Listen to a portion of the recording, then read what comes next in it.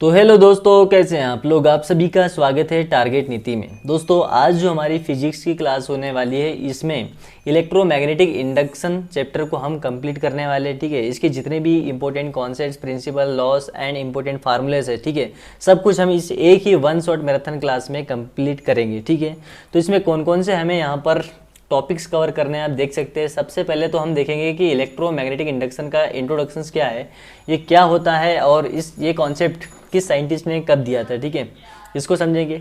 Then हम यहाँ पर experiments of Faraday and Henry के जो एक्सपेरिमेंट्स इसको देखेंगे। देन हम मैग्नेटिक फ्लक्स को समझेंगे और फैराडेज लॉ ऑफ इंडक्शन क्या है इसको भी जानेंगे। ठीक है, लेंज लॉ क्या होता है, इसका क्या उपयोग होता है इसको देखेंगे और कंजर्वेशन ऑफ एनर्जी किस प्रकार से इलेक्ट्रोमैग्नेटिक इंडक्शन में फॉलो होती है इसको देखेंगे। ठीक है, देन दोस्तों हम समझेंगे यहाँ पर मोशनल इलेक्ट्रोमोटिव फोर्स क्या होता है और इंडक्टेंस के टाइप्स को समझेंगे। सेल्फ इंडक्टेंस और म्यूचुअल इंडक्टेंस क्या होता है इसको देखेंगे। ठीक है, और लास्ट इसमें जो टॉपिक होने वाला है वो होने वाला है एसी जनरेटर का। ठीक है, तो ये एक एप्लीकेशन या यूजेस होता है इलेक्ट्रोमैग्नेटिक इंडक्शन का कि एसी जनरेटर किस प्रकार से कार्य करता है। ठीक है, तो दोस्तों शुरुआत करते हैं हम यहाँ पर इलेक्ट्रोमैग्नेटिक इंडक्शन के इंट्रोडक्शन से। ठीक है, तो दोस्तों इसके कॉन्सेप्ट को समझने से पहले सबसे पहले आपको यहाँ पर मैग्नेटिक फील्ड लाइंस और मैग्नेटिक फ्लक्स के कॉन्सेप्ट को समझना पड़ेगा। ठीक है, तो इसके लिए हम क्या करते हैं, जैसे मान लो हमारे पास में एक कोई ये बॉडी है, ठीक है, कंडक्टर बॉडी मान लीजिए, तो यहाँ पर इस प्रकार से कुछ मैग्नेटिक फील्ड लाइंस इससे पास हो रही है। ठीक है, या फ्लो हो रही है। ठीक है, तो होता ये है कि ये मैग्नेटिक फ्लक्स क्या करता है कि जो किसी भी बॉडी सरफेस से जो मैग्नेटिक फील्ड लाइंस पासिंग होती है या इससे फ्लो होती है उसको मेजर करने का काम कौन करता है, मैग्नेटिक फ्लक्स करता है। मैग्नेटिक फ्लक्स से ही हमें पता लगता है कि किसी बॉडी से कितनी उसमें मैग्नेटिक फील्ड लाइंस यहाँ पर पास हो रही है। ठीक है, तो दोस्तों इससे तो हमें ये समझ में आया कि अगर मान लो किसी बॉडी की हम जो मैग्नेटिक फील्ड लाइंस है अगर उसमें चेंज करेंगे तो हमें मैग्नेटिक फ्लक्स में भी चेंज देखने को मिलेगा। ठीक है, क्योंकि ये मेजर करता है मैग्नेटिक फील्ड लाइंस को, तो मैग्नेटिक फील्ड लाइंस चेंज होंगी तो मैग्नेटिक फ्लक्स चेंज होगा, मैग्नेटिक फ्लक्स चेंज होगा यानी कि मैग्नेटिक फील्ड लाइंस चेंज होगी। ये तो बात एक ही है। ठीक है, लेकिन जो इलेक्ट्रोमैग्नेटिक इंडक्शन का जो कॉन्सेप्ट है ना, ये क्या कहता है कि अगर मान लो किसी बॉडी के, ठीक है, किसी बॉडी कंडक्टर के अगर हम मैग्नेटिक फ्लक्स में अगर चेंज करेंगे तो इसमें यहाँ पर कोई करंट फ्लो होता है इस बॉडी में, उस करंट को इंड्यूस्ड करंट या फिर क्या बोला जाता है, ईएमएफ, इलेक्ट्रोमोटिव फोर्स कहा जाता है। भाई ये कैसे पता लगा दोस्तों, होता ये है कि जैसे ये बॉडी है, इस बॉडी या क्लोज्ड लूप है, इसमें मान लो कोई गैल्वेनोमीटर हमने यहाँ पे क्या किया, इसमें अटैच कर दिया। ठीक है, आपको पता है कि गैल्वेनोमीटर जो होता है वो क्या करता है, किसी भी सर्किट, क्लोज्ड लूप या बॉडी से क्या करता है, वो डिटेक्ट करता है करंट को कि इसमें करंट फ्लो हो रहा है या नहीं हो रहा है। तो यहाँ पर होता यह है कि अगर मैग्नेटिक फ्लक्स में अगर हम कोई भी चेंज नहीं करते तो गैल्वेनोमीटर में हमें कोई भी डिफ्लेक्शन देखने को नहीं मिलता है, यानी कि इस सर्किट में, इस बॉडी में कोई भी करंट नहीं फ्लो हो रहा है। लेकिन जैसे हमने इस बॉडी का मैग्नेटिक फ्लक्स में चेंज कर दिया, ठीक है, यानी मैग्नेटिक फ्लक्स जिसे हम φB से रिप्रेजेंट करते हैं, अगर इसमें अगर चेंज करेंगे तो इसकी मैग्नेटिक फील्ड लाइंस चेंज होगी। इसके कारण होता यह है कि इसमें एक करंट फ्लो होने लगता है और इसमें इंड्यूस्ड करंट जिसे हम कहते हैं। ठीक है, यानी कि इसमें डिफ्लेक्शन नजर आने लगता है हमें, और डिफ्लेक्शन तो तभी आ सकता है जब इसमें कोई करंट फ्लो हो रहा होगा।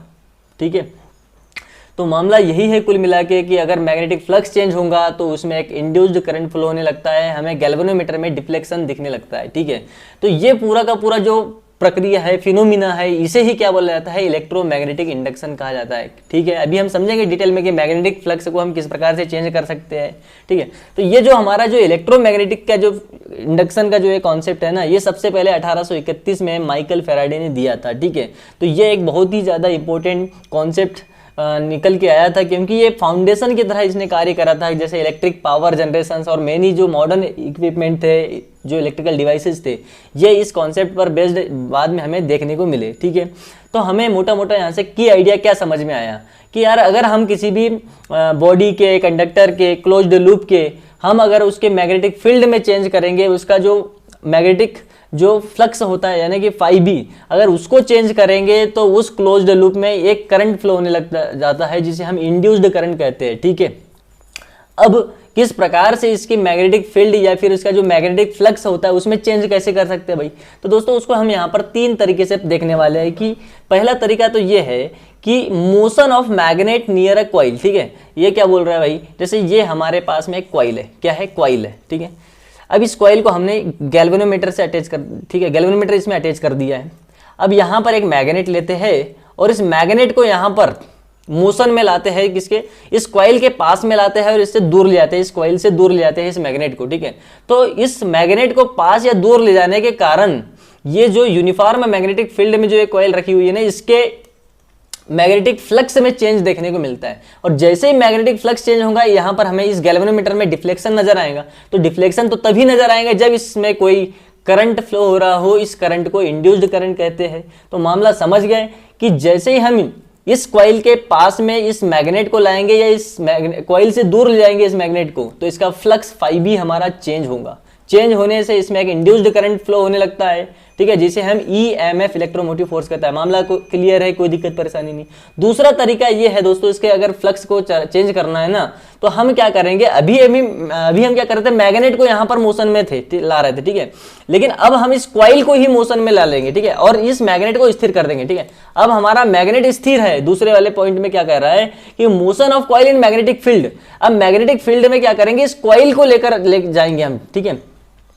तो जिसके कारण कॉइल को हम इससे मैग्नेट के पास में लाएंगे या दूर ले जाएंगे, तो इसका फ्लक्स चेंज होगा फिर से, ठीक है, और फ्लक्स चेंज होने से इसमें एक इंड्यूस्ड करंट फ्लो होने लगता है। मामला क्लियर है, दो तरीके समझ गए। तीसरा तरीका यह है कि अब मैग्नेट नहीं लेते हैं, हम क्या करेंगे, यहां पर changing current in a near by coil. अब क्या करते हैं, दो कॉइल ले लेते हैं, ठीक है, ये पहली कॉइल ले ली, ठीक है, इस कॉइल में एक बैटरी कनेक्ट कर दी हमने और एक कुंजी कनेक्ट कर दी इसमें, ठीक है, कुंजी से ऑन ऑफ करेंगे करंट को, और इस बैटरी के कनेक्ट होने से इसमें जैसे ही कुंजी ऑन करेंगे इसमें करंट फ्लो होने लगेगा, ठीक है, कुंजी ऑफ करेंगे करंट फ्लो होना बंद हो जाएगा। दूसरी हमारे पास में एक और कॉइल है भाई। अब इस कॉइल में क्या होता है, दूसरी जो कॉइल है हमारे पास में, जो C2 कॉइल है, मान लो ये पहली वाली C1 कॉइल थी, इसमें हमने एक गैल्वेनोमीटर अटैच कर रखा है, ठीक है, वो चेक करने के लिए भैया कि इसमें करंट फ्लो हो रहा है कि नहीं हो रहा है। तो हमने यहाँ पे ये देखा दोस्तों, ये पास में रखी है दोनों कॉइल है, ठीक है, C1 C2 पास में रखी हुई है। अब होता यह है, अगर मान लो हमारी कुंजी ऑफ है, कुंजी ऑफ होने से इसमें कोई भी, पहली वाली कॉइल में कोई करंट फ्लो नहीं हो रहा है, तो कोई भी जब करंट फ्लो नहीं होता है तो दूसरी कॉइल में भी हमें कोई डिफ्लेक्शन देखने को नहीं मिलता है, ठीक है। अगर हम कांस्टेंट करंट फ्लो कर देते हैं इसमें, किसमें, कॉइल 1 में, अगर कुंजी ऑन करी हमने, इसमें करंट फ्लो होने लगा भाई, ठीक है, कांस्टेंट करंट एक, ठीक है, तो उसके कारण यहां पर कोई भी अभी भी डिफ्लेक्शन देखने को नहीं मिल रहा है। जो हमारा सेकंड कॉइल की जो गैल्वेनोमीटर है इसमें, उसमें कोई भी डिफ्लेक्शन नहीं हो रहा है। लेकिन होता यह है कि जैसे ही हम स्पीड से इसकी जो कुंजी को है ना ऑन ऑफ करेंगे, ठीक है, ऑन ऑफ करेंगे तो उसका जो है वो करंट चेंज होने लगता है, और जैसे करंट चेंज होगा दूसरी वाली कॉइल का यहाँ पर जो मैग्नेटिक फ्लक्स है वो चेंज होने लगता है, और मैग्नेटिक फ्लक्स के चेंज होने से यहाँ पर इसमें डिफ्लेक्शन देखने को मिलता है, किसमें, कॉइल सेकंड में, और डिफ्लेक्शन तो तभी दिखेंगे जब इसमें कोई करंट फ्लो हो रहा हो। तो यहां पर इसके फ्लक्स के चेंज होने से इसमें एक इंड्यूस्ड करंट फ्लो होने लगता है, जिसे हम EMF भी कहते हैं, ठीक है। मामला क्लियर है, तीनों तरीके सीख गए कि मोशन ऑफ, जब मैग्नेट को हम मोशन में लाएंगे कॉइल के पास में, या फिर कॉइल को ही हम मोशन में रखेंगे मैग्नेट के पास में, या फिर दोनों कॉइल, दो कॉइल लेंगे, एक में करंट को हम ऑन ऑफ करेंगे, यानी करंट को चेंज करेंगे, ठीक है, कुंजी को ऑन ऑफ करेंगे, करंट को यहां पर चेंज करने से उसके जो दूसरी कॉइल है उसका क्या होगा, मैग्नेटिक फ्लक्स चेंज होगा, और मैग्नेटिक फ्लक्स चेंज होने से उसमें एक इंड्यूस्ड करंट फ्लो होने लगता है। तो ये तीन तरीके अभी हमने सीख लिए कि किस प्रकार से हम किसी भी कॉइल के, किसी कंडक्टर के, किसी भी सरफेस के हम क्या कर सकते हैं, मैग्नेटिक फ्लक्स को चेंज करके उसमें एक करंट प्रोड्यूस कर सकते हैं, जिसे हम इंड्यूस्ड करंट कहते हैं। मामला क्लियर है, यहां तक कोई दिक्कत परेशानी नहीं। अभी हम एग्जांपल्स जो हमारे एक्सपेरिमेंट्स होने वाले हैं, ठीक है, फैराडे के एक्सपेरिमेंट, उसमें डिटेल में समझेंगे अभी, ठीक है। तो ये जो हमने अभी इलेक्ट्रोमैग्नेटिक इंडक्शन का जो कॉन्सेप्ट सीखा ना, इसके कुछ रियल लाइफ एग्जांपल्स यहां पर हमें देखने को मिले, जैसे इलेक्ट्रिक जनरेटर्स इस कॉन्सेप्ट पर बना हुआ है, ट्रांसफार्मर में इस कॉन्सेप्ट का यूज होता है, जो इंडक्शन स्टोव है इसमें भी यूज होता है, क्रेडिट कार्ड स्वाइप मशीन जो बनी है उसमें यूज होता है, मैग्नेटिक रीडर में यूज होता है, इलेक्ट्रिक गिटार में यूज होता है, ठीक है। तो ये कुछ रियल लाइफ एग्जांपल्स हैं इलेक्ट्रोमैग्नेटिक इंडक्शन के, यहां पर कॉन्सेप्ट का यूज होता है। दोस्तों अब हम मैग्नेटिक फ्लक्स को यहां पर समझते हैं, जो हमने अभी समझ लिया था कि जैसे मान लो कोई बॉडी है या कंडक्टर है, कोई सरफेस है, उसमें कितनी उसमें मैग्नेटिक फील्ड लाइंस यहां पर इसमें से पास होके जा रही है, उसको मेजर करने का काम कौन करता है, वो हमें मैग्नेटिक फ्लक्स से पता लगता है कि किसी भी बॉडी सरफेस से number of magnetic field lines कितनी पास हो रही है, ठीक है। तो इस मैग्नेटिक फ्लक्स को रिप्रेजेंट किया जाता है 5B से, ठीक है, और ये फाई भी क्या होता है, फाई भी होता है दोस्तों बी ए, ठीक है, बी और ए वेक्टर का यहाँ पे डॉट प्रोडक्ट होता है। और जब इस डॉट प्रोडक्ट को हम सॉल्व करते हैं तो हमें बी ए कॉस थीटा मिलता है। ये थीटा क्या होता है, बी क्या है, ए क्या है दोस्तों। तो ए हमारा यहाँ पर इस जो बॉडी है ना हमारे पास में जो कंडक्टर बॉडी है या जो सरफेस है, इसका एरिया वेक्टर होता है। एरिया वेक्टर हमेशा उस बॉडी के परपेंडिकुलर होता है। इस बॉडी पे कि सरफेस पे ये 90 डिग्री का एंगल बनाता है कौन, एरिया वेक्टर, ठीक है। अब जो होता यह है यहाँ पर कि जो थीटा है ना, वो थीटा क्या है, जो मैग्नेटिक फील्ड लाइंस की जो डायरेक्शन है, ठीक है, मैग्नेटिक फील्ड लाइंस बी और जो एरिया वेक्टर है इन दोनों के बीच का एंगल होता है थीटा, ठीक है। अब इसके कुछ दो केसेस भी बनेंगे, अभी उसको भी हम देखेंगे, ठीक है। तो आप समझ गए ना कि बी क्या है, हमारा मैग्नेटिक फील्ड लाइंस है के जो वेक्टर है, और एरिया वेक्टर यहाँ पर ए है, ठीक है। तो इन दोनों को हमने बी वेक्टर और ए वेक्टर के डॉट प्रोडक्ट को सॉल्व किया था, हमें क्या मिला, जो मैग्नेटिक फ्लक्स मिला वो क्या देखने को मिला, बी ए कॉस थीटा देखने को मिला। अभी इस जो मैग्नेटिक फ्लक्स है फाई बी, इसके दो केसेस अभी हम देखने वाले हैं। उसके पहले यूनिट देख लेते हैं, ठीक है। तो मैग्नेटिक फ्लक्स की जो यूनिट होती है ना वो होती है वेबर। क्या होती है, फाई बी की यूनिट होती है वेबर, और एक दूसरी यूनिट इसकी और भी हो सकती है दोस्तों, जो यहाँ पे इस फार्मूला से निकलेंगे बी ए से।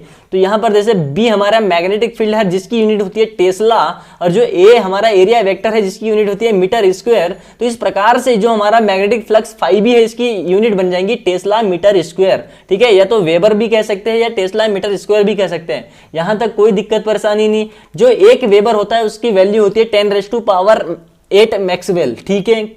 अब दोस्तों जो हमने स्पेशल केस स्पेशल केस देखने वाले थे, जैसे फाई बी इजिकल टू आपको बी ए कॉस थीटा याद रखना है।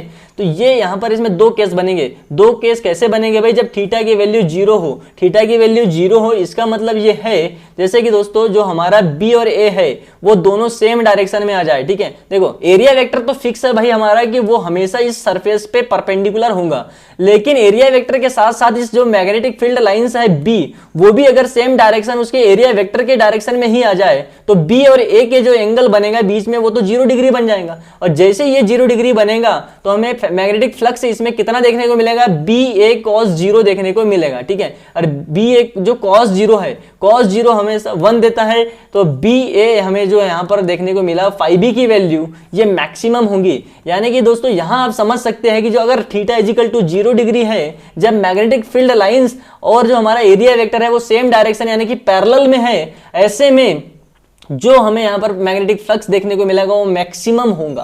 क्लियर है, यानी कि जो मैग्नेटिक फील्ड लाइंस है वो भी परपेंडिकुलर होनी चाहिए उसके सरफेस, जो बॉडी सरफेस है उस पर, और एरिया वेक्टर ये दोनों परपेंडिकुलर हो जाएंगे ऐसे में, तो तभी तो थीटा इजिकल टू 0 डिग्री होगा। क्योंकि थीटा क्या है, ए और बी के बीच का एंगल है। मामला क्लियर है यहां तक।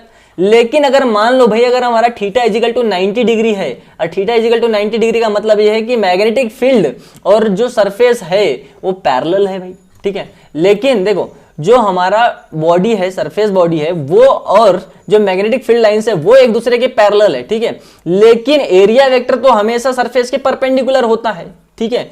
तो यहां पर इसके बॉडी सरफेस की डायरेक्शन में हमारा जो मैग्नेटिक फील्ड लाइंस है इस प्रकार से, तो बी और ए का एंगल यहां पे कितना बनेगा, 90 डिग्री। तो ये वाला थीटा की वैल्यू यहां पर 90 डिग्री है, तो हमें फाई बी जो मिलेगा वो कितना मिलेगा, बी ए कॉस 90, और cos 90 होता है 0, तो हमारा यहां पर फ्लक्स 0 हो जाएगा। ऐसे में दोस्तों हम कह सकते हैं कि जब जो हमारी कंडक्टर या फिर जो बॉडी सरफेस है और जो मैग्नेटिक फील्ड लाइंस है, अगर ये दोनों सेम डायरेक्शन एक पैरेलल है दोनों ही, तो ऐसे में उनमें जो फ्लक्स होगा उसके बीच में, तो वहां पर फ्लक्स उसका क्या हो जाएगा, उसके लिए 0 हो जाएगा, ठीक है।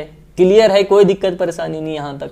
आगे देखो, आगे दोस्तों ये है कि अगर मान लो कोई क्लोज्ड सरफेस है, क्लोज्ड बॉडी है, तो उसका जो फ्लक्स होता है ना फाई बी, उसके लिए 0 होता है, ठीक है भाई। क्लोज्ड बॉडी हमारा यहाँ पर इसमें जो हमारा फ्लक्स हो जाएगा वो 0 हो जाएगा, क्योंकि भाई यहाँ पर जो हमारी जो फील्ड लाइंस है वो यहाँ पर इसके क्या हो जाएगा, यहाँ पर इसके पैरेलल है, और जो इसका एरिया वेक्टर है वो क्या है, 90 डिग्री पर क्या होगा, इसके सरफेस पे परपेंडिकुलर होगा इसका एरिया वेक्टर, ठीक है। तो ऐसे में इनके बीच का एंगल कितना, थीटा इजिकल टू हो जाएगा 90, और cos 90 हो जाता है 0, ठीक है। तो हमारा जो यहाँ पर क्लोज्ड सरफेस के लिए जो फ्लक्स देखने को मिलता है ना, हमारा मैग्नेटिक फ्लक्स, वो कितना हो जाता है, 0। ये हमने गॉस लॉ में भी पढ़ा था। देखो मैग्नेटिक फील्ड लाइंस जो है ना वो क्लोज्ड लूप बना लेती है और उसमें कोई भी मोनोपोल्स एग्जिस्ट नहीं करता है। तो हमने गॉस लॉ से सीखा था कि किसी भी क्लोज्ड बॉडी सरफेस के लिए जो नेट मैग्नेटिक फ्लक्स होता है वो हमेशा 0 होता है, ठीक है। ये गॉस लॉ से हमने पिछली क्लास में भी पढ़ा था, ठीक है।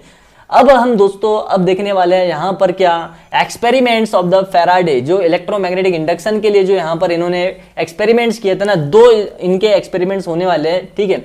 इन्होंने क्या किया था, देखो पहले एक्सपेरिमेंट्स को समझते हैं हम। सबसे पहले क्या हुआ था दोस्तों कि इन्होंने क्या किया, जो मैग्नेटिक फील्ड और कॉइल है, ठीक है, मैग्नेटिक फील्ड यानी कि वो मैग्नेट की बात कर रहा है और जो कॉइल है, ठीक है, इन दोनों को लिया और फिर क्या किया इन्होंने यहाँ पर, जैसे कॉइल हमारी यहाँ पर ये फिक्स है, ठीक है, और इस मैग्नेट को ये लेके आ रहा है इस कॉइल के नियर, ठीक है। तो इसके वजह से इस कॉइल का जो यहाँ पर मैग्नेटिक फ्लक्स है वो चेंज हो जाता है, ठीक है। और मैग्नेटिक फ्लक्स के चेंज होने से यहाँ पर जो इस कॉइल में जो गैल्वेनोमीटर लगा है ना उसमें डिफ्लेक्शन देखने को मिला, ठीक है। तो डिफ्लेक्शन से समझ में आया कि यार जैसे ही इसका फ्लक्स चेंज हो रहा है, अगर इस मैग्नेट को हम इसके पास ला रहे हैं या दूर ले जा रहे हैं तो हमें यहाँ पे क्या देखने को मिल रहा था, डिफ्लेक्शन। जैसे कि पास अगर ला रहा है इस मैग्नेट को तो हमें मान लो इस डायरेक्शन में राइट हैंड साइड में इसका डिफ्लेक्शन देखने को मिल रहा था गैल्वेनोमीटर में, ठीक है। और जैसे हम दूर ले जा रहे थे इसके अपोजिट डायरेक्शन में डिफ्लेक्शन देखने को मिल रहा था, ठीक है। तो हमें यह समझ में आया कि जैसे ही हम मैग्नेट को इस कॉइल के पास में ला रहे हैं या दूर ले जा रहे हैं तो हमें यहां पर क्या हो रहा है, मैग्नेटिक फ्लक्स में चेंज देखने को मिल रहा है। और मैग्नेटिक फ्लक्स में चेंज होने से इसमें डिफ्लेक्शन देखने को मिला कहां पे, गैल्वेनोमीटर में। तो डिफ्लेक्शन तो तभी दिखेगा ना जब उसमें कोई करंट फ्लो हो रहा हो, ठीक है, क्योंकि गैल्वेनोमीटर क्या करता है, करंट को डिटेक्ट तो करता है। तो दोस्तों समझ में आया ये कि मैग्नेटिक फ्लक्स के चेंज होने से यहां पर इसमें एक इंड्यूस्ड करंट फ्लो होने लगता है, ठीक है, जिसे ईएमएफ कहते हैं, ठीक है। ये हम पहले भी पढ़ चुके हैं। तो ये हमें यहां पर एक्सपेरिमेंट 1 से समझ में आया था, ये ऑब्जर्वेशन क्लियर है। तो यहीं से ये फर्स्ट डिस्कवरी हुई थी इलेक्ट्रोमैग्नेटिक इंडक्शन की, क्लियर है, कोई दिक्कत परेशानी नहीं इसमें। आगे चले, ठीक है। तो कंक्लूजन समझ गया आप कि जैसे ही मान लो कोई मैग्नेटिक फील्ड या फिर जो उसका मैग्नेटिक फ्लक्स है उसमें अगर चेंज करेंगे ड्यू टू रिलेटिव मोशन में, जब हम मैग्नेट को उस कॉइल के पास में लाएंगे, दूर ले जाएंगे, तो उसके वजह से उस कॉइल में करंट फ्लो होने लगता है जिसे हम इंड्यूस्ड करंट या इलेक्ट्रोमैग्नेटिक फोर्स कहते हैं। कोई दिक्कत परेशानी नहीं। और ये पूरा का पूरा जो फिनोमिना है ना इंड्यूस्ड करंट फ्लो होने का, इसे ही क्या कहते हैं हम, इलेक्ट्रोमैग्नेटिक इंडक्शन कहते हैं, ठीक।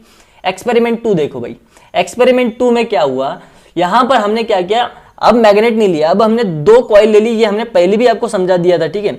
अब एक बार और समझ लेते हैं भाई। देखो ये पहली कॉइल ली है जिसमें हमने क्या किया है, यहां पर एक गैल्वेनोमीटर कनेक्ट किया है। दूसरी कॉइल में क्या किया है, हमने एक बैटरी कनेक्ट कर दी है। इस बैटरी की कुंजी को ऑन करेंगे तो इसमें करंट का फ्लो होने लगेगा, ठीक है। अब लेकिन यहां तक तो ठीक है, लेकिन बात यह आती है कि भाई हमको तो इसका करंट को चेंज करना है, ठीक है। करंट को चेंज करेंगे तो दूसरी वाली जो हमारी ये कॉइल है ना, ये वाली, इस कॉइल का फ्लक्स चेंज होगा। और फ्लक्स चेंज होने से जो डिफ्लेक्शन नजर आता है वो क्यों आता है इसमें, क्योंकि इसमें एक इंड्यूस्ड करंट फ्लो होने लगता है। ये क्या होता है, ये पूरी प्रक्रिया यहाँ पर म्यूचुअल इंडक्शन कहलाती है। ये भी हम आगे पढ़ेंगे जब इंडक्टेंस पढ़ेंगे, ठीक है। तो क्लियर है ये दोनों एक्सपेरिमेंट आपको, कि एक कॉइल में गैल्वेनोमीटर लगा दिया, दूसरी में हमने बैटरी लगा दी। बैटरी में साथ में एक कुंजी लगी हुई, कुंजी को ऑन करेंगे। देखो अब यहां पर हमने पहले भी बताया था आपको, अगर हम स्टेडी करंट फ्लो करेंगे इस वाली कॉइल में, ठीक है, C2 में, तो स्टेडी करंट के फ्लो होने से भाई कोई भी यहां पर डिफ्लेक्शन नहीं देखने को मिल रहा था। या फिर हम करंट का फ्लो बंद करवा रहे हैं भाई, बंद कर दिया हमने करंट का फ्लो, तब भी कोई डिफ्लेक्शन देखने को मिल रहा। ये डिफ्लेक्शन तब देखने को मिल रहा है जब हम इसके करंट को चेंज करेंगे, जब जैसे हम स्पीड से ऑन ऑफ करेंगे इस, ठीक है, ऑन ऑफ करेंगे इसकी की को, ठीक है, कुंजी को, तो उसकी वजह से करंट में चेंज होगा यहां पर। और इसकी करंट के चेंज होने से यहां पर जो दूसरी हमारी ये वाली कॉइल में क्या होगा, C1 कॉइल में क्या होता है, इसके मैग्नेटिक जो फ्लक्स फाई भी है उसमें चेंज हो जाता है। और मैग्नेटिक फ्लक्स का चेंज होना यहां पर एक इंड्यूस्ड करंट का यहां पर प्रोड्यूस होना दिखाता है, ठीक है। और यहीं पर ये गैल्वेनोमीटर में शो हो जाता है कि इसमें कोई इंड्यूस्ड करंट फ्लो हो रहा है, ठीक है। तो ये दोनों एक्सपेरिमेंट आप समझ गए होंगे, ठीक है। तो यहां पर ये हमारा दूसरा ही जो है एक्सपेरिमेंट है, ठीक है, क्लियर है। तो ये हमने देख लिया है दोनों कॉइल को लेके कि एक कॉइल में बैटरी और दूसरे कॉइल में यहाँ पर गैल्वेनोमीटर लगा है, ठीक है। जैसे ही हम स्पीड से अगर ऑन ऑफ करते हैं ना इसकी कुंजी को, तो इसका करंट चेंज होता है। और करंट चेंज होने से जो इसके पास में जो नियर में एक कॉइल है उसका क्या होता है, फ्लक्स चेंज हो जाता है, फ्लक्स चेंज होने से उसमें एक इंड्यूस्ड करंट प्रोड्यूस हो जाता है। मामला क्लियर है, इलेक्ट्रोमैग्नेटिक इंडक्शन समझ गए यहां तक? आगे चले दोस्तों, अब हम आगे देखने वाले हैं Faraday's law of electromagnetic induction. ठीक है, तो फैराडे ने यहाँ पर कौन कौन से नियम्स दिए थे उसको समझते हैं। ठीक है, तो माइकल फैराडे ने 1831 में जो 2 फंडामेंटल लॉज दिए थे इलेक्ट्रोमैग्नेटिक इंडक्शन के लिए, तो उन्होंने क्या बोला था कि इन्होंने एक्सप्लेन किया था इनके लॉज में कि how electric current is induced. ठीक है, जो इलेक्ट्रिक करंट है ना वो किस प्रकार से इंड्यूस्ड करता है किसी करंट को किसी सर्किट में by changing the magnetic field या मैग्नेटिक फ्लक्स के चेंज होने से किस प्रकार से किसी सर्किट, क्लोज लूप या बॉडी में करंट इंड्यूस्ड होता है। तो उन्होंने पहले लॉ में बताया, भाई फर्स्ट लॉ क्या कहता है, देखो जो फैराडेज का जो फर्स्ट लॉ था ना, उन्होंने बोला कि व्हेनेवर द मैग्नेटिक फ्लक्स, ठीक है, जब भी मान लो कोई भी मैग्नेटिक फ्लक्स, मान लो किसी कॉइल या फिर किसी भी बॉडी सरफेस से जो कनेक्ट मैग्नेटिक फ्लक्स है, अगर हम उसमें चेंज करेंगे उसके कॉइल के मैग्नेटिक फ्लक्स में, तो उसमें एक इलेक्ट्रोमोटिव फोर्स ईएमएफ प्रोड्यूस हो जाएगा। ठीक है, जिसे ही हम इंड्यूस्ड करंट कहते हैं। ठीक है, कॉइल का उसे हम क्या बोलते हैं, इंड्यूस्ड करंट। ठीक है, तो अगर if the circuit is close, circuit मान लो हमारा क्लोज्ड है, ऐसे में जो इंड्यूस्ड करंट है ना वो फ्लो होने लगता है उसमें। ठीक है, सर्किट क्लोज होना चाहिए करंट के फ्लो होने के लिए।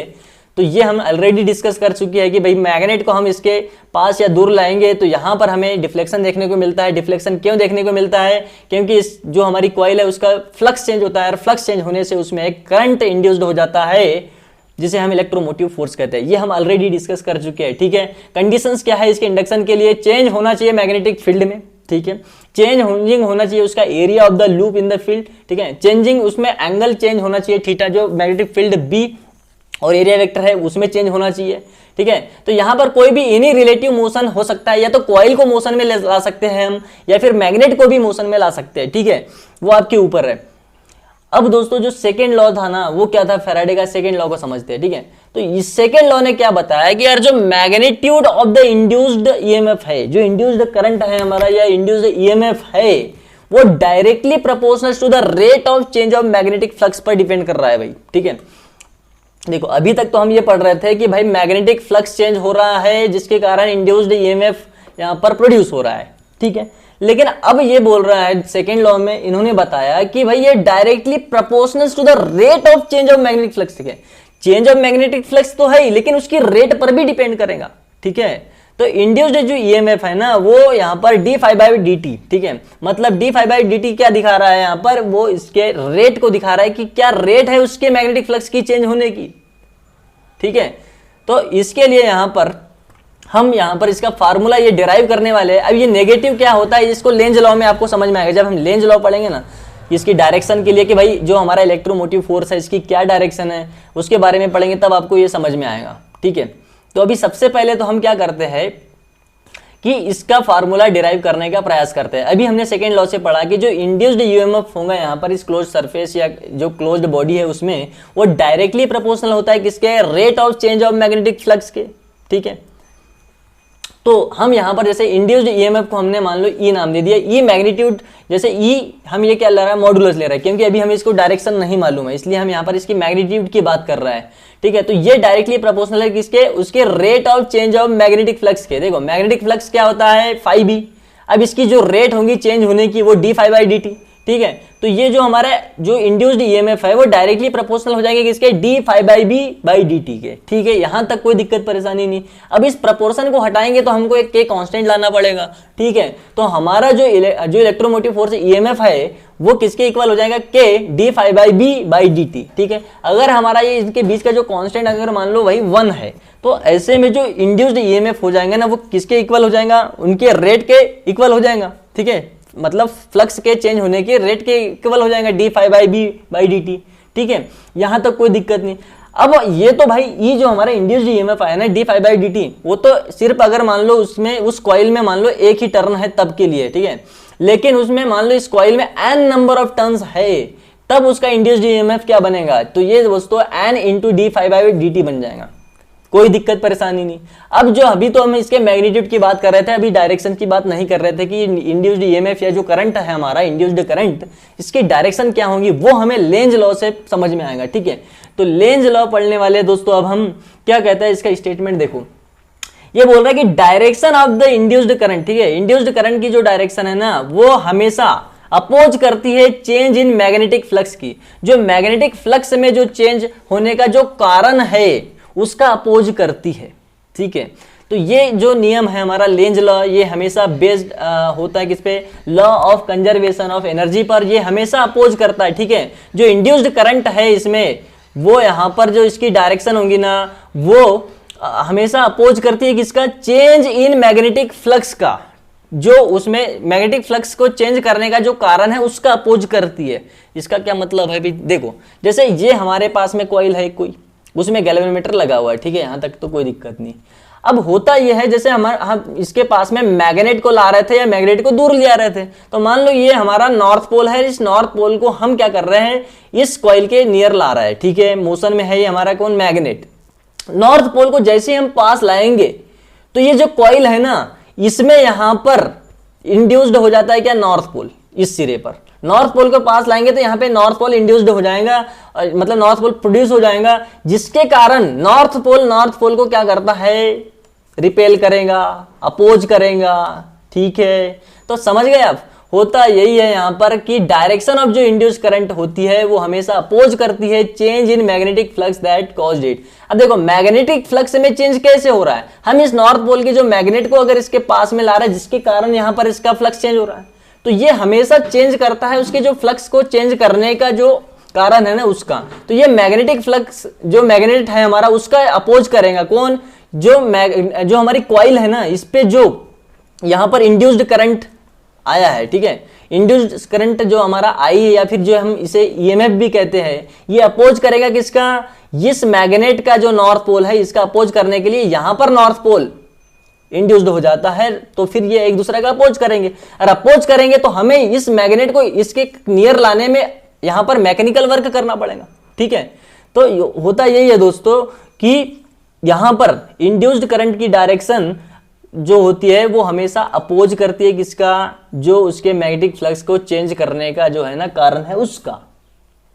अगर मान लो भाई अगर ऐसा नहीं होता, ये लेंज लॉ फॉलो नहीं करता, ये कंजर्वेशन ऑफ एनर्जी को फॉलो नहीं करता, ठीक है, तो उसमें क्या होता, हम नॉर्थ पोल को मान लो मैग्नेट के नॉर्थ पोल को इसके पास में लेके आ रहे हैं इस कॉइल के, तो अगर मान लो यहाँ पे नॉर्थ नहीं साउथ आ जाता, ठीक है, साउथ पोल इंड्यूस्ड हो जाता, तो ऐसे में तो ये नॉर्थ पोल को अट्रैक्ट कर लेता, तो ये जो हमारी मैग्नेट है ये तो अपने आप ही इसके पास आने लगती भाई, फिर हमें तो यहाँ कोई कार्य नहीं करना पड़ता, ठीक है।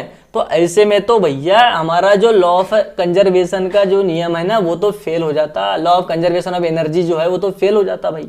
लॉ ऑफ कंजर्वेशन का एनर्जी क्या बोलता है कि हम यहाँ पर जितना मैकेनिकल वर्क इस पे कर रहे हैं, ठीक है, उसी के कारण इसमें जो इंड्यूस्ड करंट हो रहा है ना वो ये मैकेनिकल वर्क हम जो इसमें कर रहे हैं ना वो इसके इक्वल होना चाहिए, तब तो यहाँ पे law of conservation of energy लगेगा। अब वो खुद ही अपने आप ही मैग्नेट इधर भी आ रही है, इसमें करंट भी इंड्यूस्ड हो रहा है, तो फिर तो यहाँ पे हमारा जो है कंजर्वेशन ऑफ एनर्जी फेल होगी।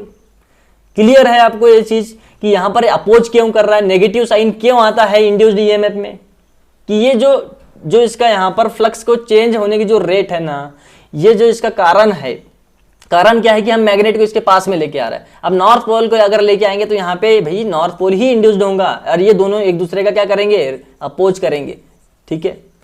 मामला क्लियर है इसमें। अगर मान लो ये साउथ पोल के लेके आते तो यहां पर भी साउथ पोल इंड्यूस्ड हो जाएगा ऐसे में, ठीक है, अपोज करना चाहिए। क्लियर है, इसलिए यहां पर ये नेगेटिव डायरेक्शन हमें लेना पड़ता है, ठीक है। तो नेगेटिव साइन यहां पे रिप्रेजेंट करती है किसको, लेंज लॉ को, ठीक है। ये इंश्योर करती है कि जो इंड्यूस्ड ईएमएफ है ना वो अपोज करता है जो उसके फ्लक्स को चेंज करने का कारण है उसका, ठीक है, उसके कारण का ये क्या करती है, अपोज करती है। क्लियर है। तो कॉन्सेप्चुअल अंडरस्टैंडिंग आपको समझ में आ गई इसकी कि जो मैग्नेटिक फील्ड है किसी भी लूप या फिर जो कॉइल है उसमें अगर मैग्नेटिक फील्ड मान लो इंक्रीज हो रही है, अगर मैग्नेटिक फील्ड उसकी इंक्रीज हो रही है तो ऐसे में जो इंड्यूस्ड करंट होगा ना वो यहां पर प्रोड्यूस होता है कैसे, magnetic field in the opposite direction में, ठीक है। जैसे मान लो हम इसके इधर लेके आ रहे हैं, ठीक है, इसको इधर लाने पे, मैग्नेट को इधर लाने से इसकी मान लो मैग्नेटिक फ्लक्स इसका बढ़ रहा है, मैग्नेटिक फील्ड लाइन इसमें इंक्रीज हो रही, क्या हो रही है, मैग्नेटिक फ्लक्स इसका बढ़ रहा है, ठीक है। तो ऐसे में जो इस कॉइल पे जो इंड्यूस्ड होगा ना मैग्नेटिक फील्ड, इसकी जो मैग्नेटिक फील्ड होगी वो इसका अपोज करेंगी, इसके अपोजिट डायरेक्शन में यहाँ पे इंड्यूस्ड होगी, ठीक है। इस अगर मान लो मैग्नेट की इस डायरेक्शन में थी तो ये जो हमारी कॉइल है इस पे जो इंड्यूस्ड करंट है उसके कारण जो मैग्नेटिक फील्ड होगी वो इसके अपोजिट डायरेक्शन में होगी, ठीक है। तब तो अपोज करेंगे एक दूसरे का, ठीक है, क्लियर है। और अगर मान लो इसका इधर लाने पर या फिर इसको दूर ले आने पे, ठीक है, इसको दूर ले आने पे अगर मान लो इसका मैग्नेटिक फ्लक्स है वो डिक्रीज होने लगता है, तो ऐसे में वो इसके सेम डायरेक्शन में, ठीक है, सेम डायरेक्शन में यहां पर जो है इंड्यूस्ड जो मैग्नेटिक फील्ड है वो सेम डायरेक्शन में क्या होंगी, यहां पर प्रोड्यूस हो जाएंगी, क्लियर है। मैग्नेटिक फील्ड अगर मान लो डिक्रीजिंग हो रही है तो इंड्यूस्ड करंट यहां पे ट्राई करता है उसको सपोर्ट करने का, by generating it same direction में जनरेट होती है, क्लियर है, कोई दिक्कत परेशानी नहीं, समझ गए यहां तक। अब एग्जांपल से भी समझ लो इसको, अगर मैग्नेट मूविंग हो रही है मान लो टुवर्ड कॉइल, ठीक है, अब ये हमारी कॉइल है, ये हमने पहले भी डिस्कस कर लिया कि इस मैग्नेट को अगर हम लेके आ रहे हैं, इसका नॉर्थ पोल को लेके आ रहा है, तो यहाँ पे नॉर्थ पोल यहाँ पर इंड्यूस्ड होगा, ये एक दूसरे का अपोज करेंगे तो हमको यहाँ पर अधिक वर्क करना पड़ेगा, तो हमको यहाँ पे जितने हम अधिक वर्क करेंगे यहाँ पर उतना ही, जितना ही मान लो हम जितने तेजी से हम इसको लेके आएंगे, जितने तेजी से दूर लेके जाएंगे, उस हिसाब से यहाँ पर इसका फ्लक्स चेंज होगा, फ्लक्स चेंज होगा तो यहाँ पर एक इंड्यूस करंट फ्लो होगा, क्लियर है इतना, ये हम पहले भी डिस्कस कर चुके हैं। और ऐसे ही सेम अगर magnet moving away from the coil, अगर मान लो इस कॉइल से दूर जा रही है हमारी मैग्नेट, तो ऐसे में क्या होता है दोस्तों, ऐसे में क्या होता है कि इसकी जो फ्लक्स होता है ना वो डिक्रीज होने लगता है, और फ्लक्स डिक्रीज होने से जो यहाँ पर जो इंड्यूस्ड करंट होता है ना वो सेम डायरेक्शन में मैग्नेटिक फील्ड उसकी यहाँ पर सपोर्ट करती है, क्योंकि यहाँ पर मैग्नेटिक फील्ड डिक्रीज होने लगती है तो वो सेम डायरेक्शन में यहाँ पर जनरेट होती है, ठीक है, ये हम पहले भी बात कर चुके हैं इस पे। अब ये इंपॉर्टेंट क्यों है, ऐसा क्यों होता है भाई, ये ऐसा इसलिए होता है क्योंकि ये लॉ ऑफ कंजर्वेशन को फॉलो करता है, इसीलिए यहां पर ये अपोज करता है, जो मैग्नेटिक फ्लक्स जो हमारा इंड्यूस्ड ईएमएफ है उसकी डायरेक्शन जो है वो अपोज करती है उसके फ्लक्स को चेंज होने के कारण का, ठीक है, ये हम ऑलरेडी डिस्कस कर चुके हैं, ठीक है। की पॉइंट्स टू रिमेंबर क्या है, हमने देखा भाई जो नेचर ऑफ लॉ है यहाँ पर वो यहाँ पर डायरेक्शन देता है, ठीक है, लेंज लॉ क्या करता है, डायरेक्शन दिखाता है यहाँ पर इंड्यूस्ड करंट की, ठीक है। फैराडे जो लॉ था वहां से तो हमको सिर्फ मैग्नीट्यूड मिला था, लेकिन जो लेंज लॉ है वहां से इसकी डायरेक्शन भी पता लग गई, ठीक है, नेगेटिव साइन लेना पड़ता है क्योंकि वो अपोज करता है किसके, उसके कारण का, बेस्ड ऑन ये कंजर्वेशन ऑफ एनर्जी पर बेस्ड है, ठीक है, क्लियर। इंड्यूस्ड करंट यहाँ पर अपोज करता है चेंज इन फ्लक्स का, ठीक है, फ्लक्स का जो चेंज होना का जो कारण है उसका अपोज करता है, ठीक है। यहाँ पर जो इसका यूजेस होता है जैसे इलेक्ट्रिक जनरेटर्स में, ट्रांसफार्मर में, ठीक है, इंडक्शन हीटर्स में, इन सब में इसका यूज होता है, ठीक है। आगे हम दोस्तों देखने वाले हैं क्या, मोशनल इलेक्ट्रोमोटिव फोर्स, ठीक है। तो दोस्तों मोशनल इलेक्ट्रोमोटिव फोर्स ये एक प्रकार का स्पेशल केस ही है फैराडेस लॉ का, ठीक है।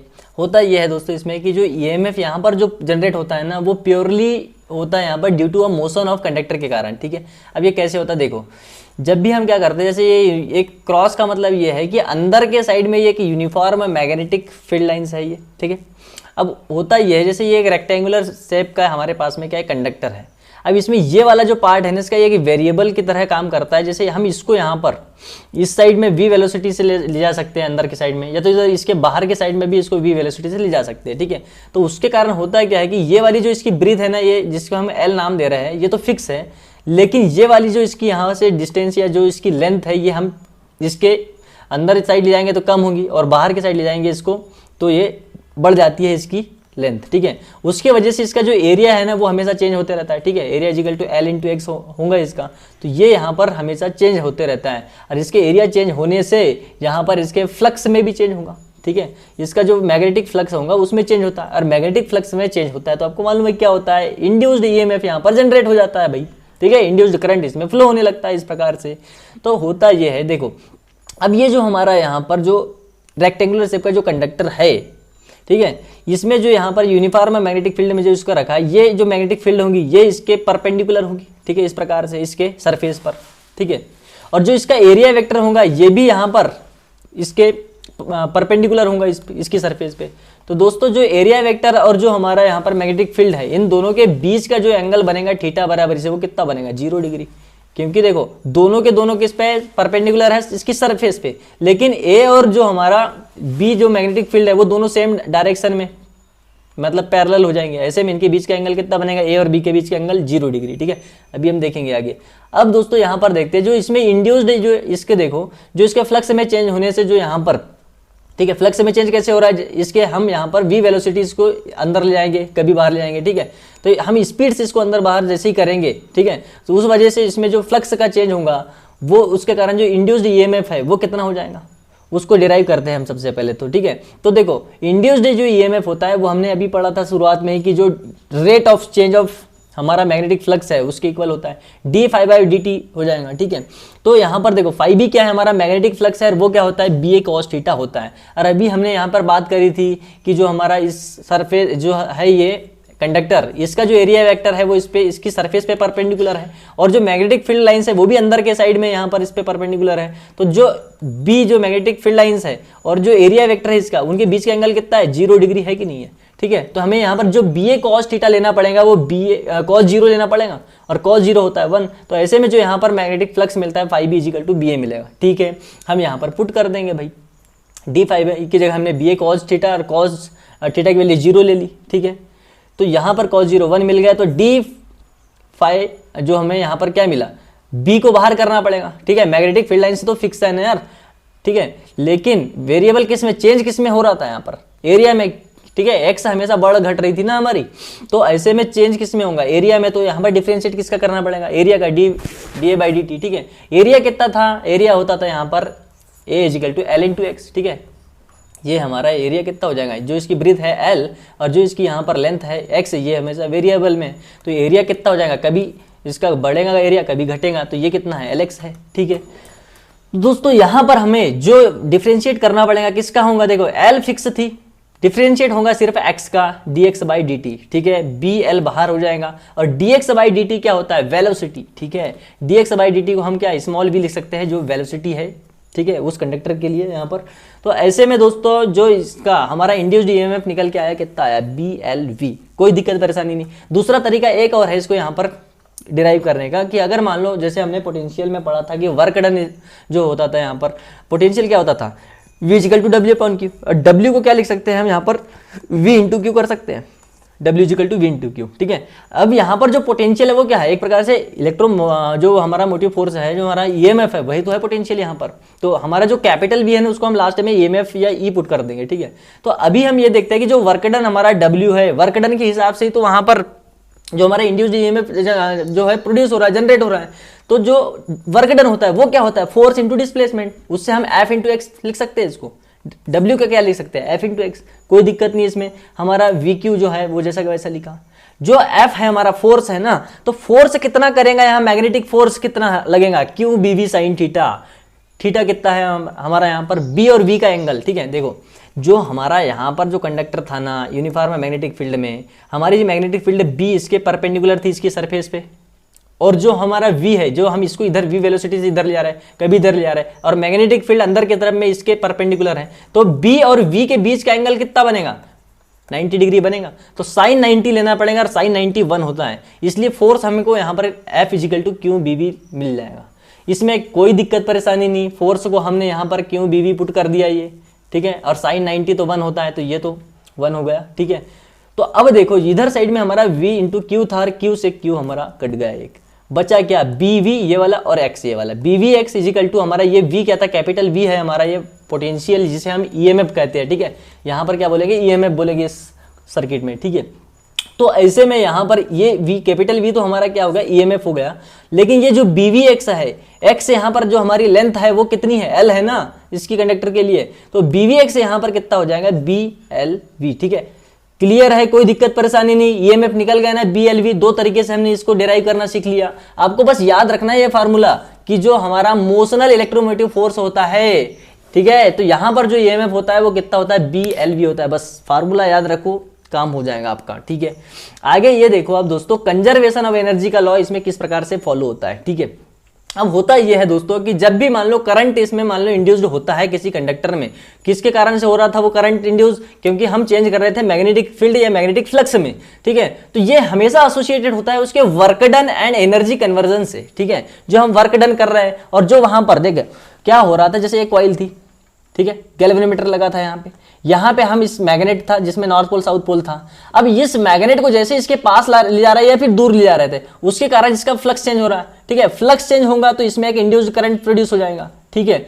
तो होता यह था कि हम जितना इसको इस पास लाने में या दूर ले जाने में जो वर्क डन कर रहे हैं, उसके कारण ही उतना ही यहाँ पर एनर्जी जो कन्वर्जन होके इसमें, ठीक है, इलेक्ट्रिकल एनर्जी में यहाँ पर चेंज हो रही थी। ठीक है, जो इंड्यूस्ड करंट है वो इलेक्ट्रिकल एनर्जी तो है एक प्रकार की। ठीक है, तो मैकेनिकल एनर्जी किस में कन्वर्ट हो रही थी यहाँ पर, किस में, इलेक्ट्रिकल एनर्जी में।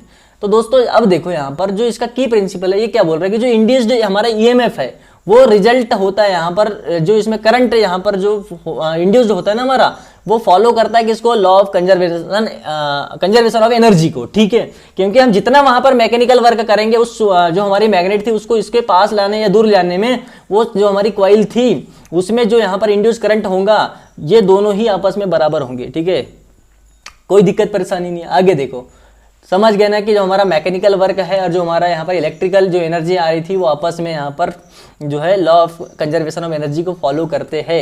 अब इसको हम किसी भी motional EMF in straight conductor में इसको डिराइव करते हैं। ठीक है, फिर चेक भी करेंगे कि यहाँ पर जो हमारा कंजर्वेशन ऑफ एनर्जी फॉलो हो रहा है कि नहीं हो रहा है। तो अभी तो हमने पढ़ा कि भाई जो मोशनल ईएमएफ कितना BLV निकल के आया था हमारा। ठीक है, तो आपको ये फार्मूला याद रखना है BLV वाला। ठीक है, V हमारा यहाँ पर वेलोसिटी है। ठीक है, और I जो हमारा L है उसकी लेंथ है, B हमारा मैग्नेटिक फील्ड है। ठीक है, कोई दिक्कत नहीं। अब देखो होता यह है कि जैसे कोई कंडक्टर है, उसका कोई क्लोज्ड सर्किट का पार्ट है। ठीक है, हमने यहाँ पे एक क्लोज्ड सर्किट तो बना रहे थे।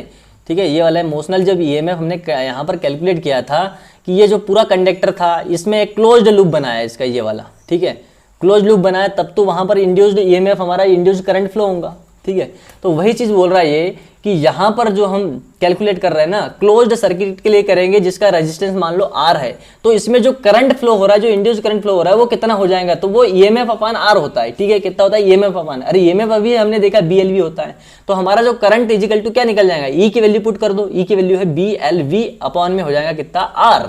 कोई दिक्कत परेशानी नहीं, करंट देख समझ गए ना क्या है, BLV अपॉन R आ जाएगा।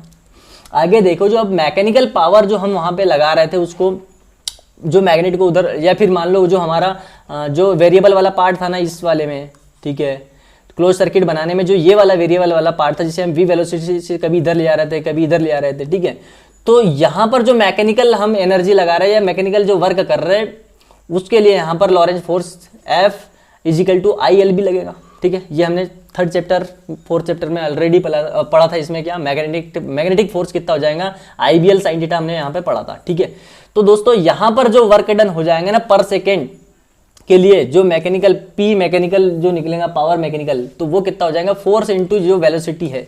ठीक है, तो देखो अब हम यहाँ पे force is equal to IBL put कर सकते हैं। ठीक है, तो हम यहाँ पर P is equal to F into V में फोर्स की वैल्यू जो हमारी IBL है वो पुट कर देते हैं IBL इंटू V, कोई दिक्कत नहीं। अब दोस्तों इस I की जगह भी जो हमारा करंट फ्लो हो रहा है वो हमने अभी कैलकुलेट किया, BLV अपॉन R, इसके जगह BLV अपॉन R पुट कर दो, और इधर हमारा BLV है ऑलरेडी। ठीक है, तो ये कितना बन जाएगा, ये बन जाएगा B square L square V square upon R। ठीक है, तो ये हमारा मैकेनिकल पावर निकल के आ गई इसकी, B square L square V square upon R। ठीक है, समझ गए ये कैसा बना। अब ऐसे ही हम यहाँ पर ये हमने इलेक्ट्रिकल निकाल दी, और जो हमारा वर्क डन निकला था पावर मैकेनिकल और पावर इलेक्ट्रिकल वाला। ठीक है, देखो ये तो हमने B square L square V square upon R ये किसकी निकाली थी, पावर मैकेनिकल में निकाली थी। ठीक है, तो इलेक्ट्रिकल में क्या होती है, पावर जो इलेक्ट्रिकल में होती है, जो हमारा इंड्यूस करंट होता है उसके लिए I स्क्वायर इंटू R होती है। ठीक है, तो दोस्तों हमने I तो अभी कैलकुलेट करा था, कितना होता था, I कितना होता था हमारा BLV अपॉन R होता था। ठीक है, क्योंकि ये इंड्यूस्ड EMF अपॉन R के कारण निकलता है, और induced EMF upon BLV upon R होता है। ठीक है, तो देखो इंड्यूस्ड करंट कितना निकल गया यहाँ पे, BLV upon R, I square की जगह पुट कर दो BLV अपॉन R, और इसका होल स्क्वायर इंटू में जो R है। ठीक है, अब इसका देखो स्क्वायर कर दो, B square L square V square upon R square. ठीक है, इंटू में क्या है, R है, तो दोस्तों R स्क्वायर जो अपॉन का है ना उसमें एक R कट जाएगा ऊपर वाले R से, तो ऐसे में जो बचेगा यहाँ पर B square L square V square upon R बचेगा। और यही हमारा जो पावर इलेक्ट्रिकल में निकल के आया ना, यही चीज पावर मैकेनिकल में भी निकल के आई थी। इसका मतलब ये है कि ये law of conservation of energy को फॉलो करता है। Power of mechanical is equal to power of electrical आ गई। ठीक है, तो समझ गए ना कि जो मैकेनिकल एनर्जी होती है जो हम वहां पे वर्क डन कर रहे हैं वह कंप्लीटली कन्वर्ट हो जाती है यहाँ पर इलेक्ट्रिकल एनर्जी में। क्लियर है, यहाँ पर वायलेशन नहीं होता है कंजर्वेशन ऑफ एनर्जी का। क्लियर हो चुका है सब कुछ। आगे देखो हमने अभी तक क्या क्या देखा, जो हमने इंड्यूस्ड ईएमएफ देखा था किसके लिए, मोशनल ईएमएफ के लिए, वो बीएलवी देखा। इंड्यूस्ड करंट हमने देखा था किससे, induced current I is equal to किससे, ईएमएफ अपॉन आर से, और ईएमएफ हमारा बीएलवी, और ये अपॉन में जो हमारा रेजिस्टेंस आर आ गया उस सर्किट का, ठीक है। तो इंड्यूस्ड करंट समझ गए, बीएलवी अपॉन आर, ये सब फार्मूले याद रखने हैं आपको। मैग्नेटिक फोर्स जो हमारे यहाँ पे लगेगा F is equal to I into L into B, ठीक है, I B L. Mechanical power supplied जो हमारे mechanical power B square L square we square upon R, और जो इलेक्ट्रिकल पावर होंगी डिसिपेटेड वो भी यहाँ पर B square L square we square upon R, ये बराबर होती है एक दूसरे के, ठीक है, क्लियर है। अब एडी करंट्स को भी देख लो भाई, एडी करंट्स क्या होता है, ये लूप्स ऑफ इंड्यूस्ड करंट्स का लूप्स है, ठीक है। ये produce with in conducting materials में यहाँ पर प्रोड्यूस होते हैं, जो यहाँ पर क्या करते हैं, they expose to a changing magnetic field, ठीक है। तो यहाँ पर देखो दिस जो मैग्नेटिक फील्ड में जो चेंज होता है ना, उसके कारण यहाँ पर ये लूप्स में यहाँ पर इंड्यूस्ड करंट्स होते हैं, ठीक है, जो यहाँ पर मटेरियल्स में प्रोड्यूस होते हैं, ठीक है। तो यहाँ पर दोस्तों होता ये है कि ये क्या करते हैं, according to the Faraday's law से हमको पता लगा कि जो कंडक्टिंग बॉडी या जो मटेरियल है हमारे पास में, जब हम उसका जो मैग्नेटिक फील्ड या फ्लक्स को चेंज करते हैं या, ठीक है, तो उसके कारण होता क्या है कि जो इंड्यूस्ड करंट्स उसमें जनरेट होता है वो इनसाइड द कंडक्टर जनरेट होता है। तो these are not confined to wires, ये वायर के कन्फाइंड में नहीं होता जो इंड्यूस करंट है, बट वो फ्लो होते रहता है किसमें, मटेरियल में, ठीक है। वायर में तो नहीं फ्लो होता है वो, लेकिन क्या होता है वो मटेरियल में यहाँ पर फ्लो होता है, वो भी लूप्स में फ्लो होता रहता है किसमें, मटेरियल में, जिसके कारण उसका ईडी यहाँ पे करंट्स कहते हैं। ये एक प्रकार का पावर लॉस है, एनर्जी लॉस होता है यहाँ पर, ठीक है। एडी करंट्स में क्या होता है, लॉस होता है किसका, एनर्जी का, ठीक है। इसके एग्जांपल्स के लिए जैसे ब्रेकिंग इन ट्रेन्स, ट्रेन में ब्रेकिंग इन ट्रेन्स, और इंडक्शन फर्नेस, और इलेक्ट्रिक मीटर्स, ठीक है, और इस प्रकार से मैग्नेटिक लेविटेशन, इस प्रकार से जो ईडी करंट्स होता है इनमें एनर्जी लॉस होता है, ठीक है। तो ये एग्जांपल भी हमने देख लिए, ठीक है। तो ये एक प्रकार का डिसएडवांटेज ऑफ एडी करंट्स है, cause of energy loss in the form of heat in devices जैसे कि transformers, motors, this is known as the eddy current loss, ठीक है। दोस्तों आगे हम देखने वाले हैं क्या, इंडक्टेंस। तो दोस्तों इंडक्टेंस एक प्रकार की प्रॉपर्टी ऑफ कॉइल या कंडक्टर की ये प्रॉपर्टी होती है जो यहाँ पर अपोज करती है any change in current flowing through it, जो उसमें करंट फ्लो होता है ना उसका ये अपोज करती है बाय इंड्यूसिंग एन ईएमएफ को यहाँ पर इंड्यूस्ड हो जाता है, जो यहाँ पर अपोज करता है किसमें, उसके करंट के चेंज होने का क्या करता है वो अपोज करता है, ठीक है। तो टाइप्स ऑफ इंडक्टेंस दो प्रकार की होती है, जैसे सेल्फ इंडक्टेंस और म्यूचुअल इंडक्टेंस। सेल्फ इंडक्टेंस में क्या होता है, जैसे मान लो कोई कॉइल है, ठीक है, अगर हम इसके करंट में चेंज करेंगे तो उसके कारण जो इसमें एक इंड्यूस्ड ईएमएफ जनरेट हो जाता है ना, इंड्यूस्ड ईएमएफ इसी सेम कॉइल में, तब उसे हम बोलेंगे कि वो एक सेल्फ इंडक्टेंस है। अगर मान लो दो कॉइल है हमारे पास में, एक कॉइल के करंट में हम चेंज करेंगे तो दूसरे कॉइल में यहां पर एक इंड्यूस्ड ईएमएफ जनरेट हो जाता है, तो वो क्या कहलाता है, म्यूचुअल इंडक्टेंस कहलाता है, ठीक है। इसको अभी हम डिटेल में पढ़ेंगे, सबसे पहले सेल्फ इंडक्टेंस को पढ़ते हैं। सेल्फ इंडक्टेंस में अभी हमने बात करा कि ये क्या करता है, changing current in the coil, ठीक है। जैसे हम चेंज करेंगे, मान लो जैसे ये हमारे पास में एक कॉइल है, इसमें क्या करेंगे, करंट को हम क्या करेंगे, वेरिएबल करंट इसमें फ्लो करवा रहा है, चेंज कर रहा है बार बार करंट को, तो उसके वजह से इसमें क्या इसका फ्लक्स चेंज होगा, और फ्लक्स चेंज होने से इसमें एक इंड्यूस्ड ईएमएफ जनरेट हो जाएगा, ठीक है। तो ये सेम कॉइल में इंड्यूस्ड ईएमएफ जनरेट हो गए ना, तो इसको क्या बोला जाता है, सेल्फ इंडक्टेंस, ठीक है। तो इसको किस प्रकार से डिराइव करते हैं, जैसे यहाँ पर जो हमारा मैग्नेटिक फ्लक्स है फाई, वो यहाँ पर डायरेक्टली प्रोपोर्शनल टू होता है उसके किसमें, जो उसमें हमारा करंट फ्लो हो रहा है उसके, तो फाई डायरेक्टली प्रोपोर्शनल टू आई, और जैसे ही हम इस प्रोपोर्शन को हटाएंगे तो एक कांस्टेंट एल लेना पड़ेगा, तो ये एल जो कांस्टेंट है ना, यही यहाँ पर सेल्फ इंडक्टेंस कहलाता है इसके लिए, ठीक है। तो ये जो एल इजिकल टू यहाँ से क्या निकल के आएगा, फाई अपॉन आई हो जाएगा, ठीक है। एल क्या है, सेल्फ इंडक्टेंस है। इसकी यूनिट यहां से क्या निकल सकती है भाई, ये देखो फाई जो हमारा होता है फ्लक्स, उसकी वेबर होती है, आई का एम्पियर होता है, तो ऐसे में वेबर पर एम्पियर इसकी यूनिट हो जाएगी किसकी, सेल्फ इंडक्टेंस की, क्या है, वेबर पर एम्पियर, ठीक है। तो दोस्तों दूसरी एक जो इसकी यूनिट है हेनरी भी होती है, ठीक है। तो एक हेनरी यहाँ पे कितना होता है, एक हेनरी होता है यहाँ पर जो इसमें हमारा एक जो है ना, एक एम्पियर की धारा अगर मान लो इसमें इस कॉइल में अगर प्रवाहित हो रही है, अगर उसका फ्लक्स मान लो 1 वेबर का है तब, ठीक है, तो उसे हम क्या बोलेंगे, उसको बोलेंगे 1 हेनरी, ठीक है। आगे चले, ठीक है, कोई दिक्कत परेशानी नहीं। क्या coil has a self inductance of 1 Henry, self inductance मान लो 1 हेनरी का हम बोलेंगे किसी कॉइल का, कब, अगर मान लो उसमें करंट जो चेंज हो रहा है 1 एम्पियर पर सेकेंड के हिसाब से, इंड्यूसेस जो ईएमएफ है उसका 1 वोल्ट जो है 1 वोल्ट का ईएमएफ उसमें इंड्यूस हो रहा है तब, ठीक है।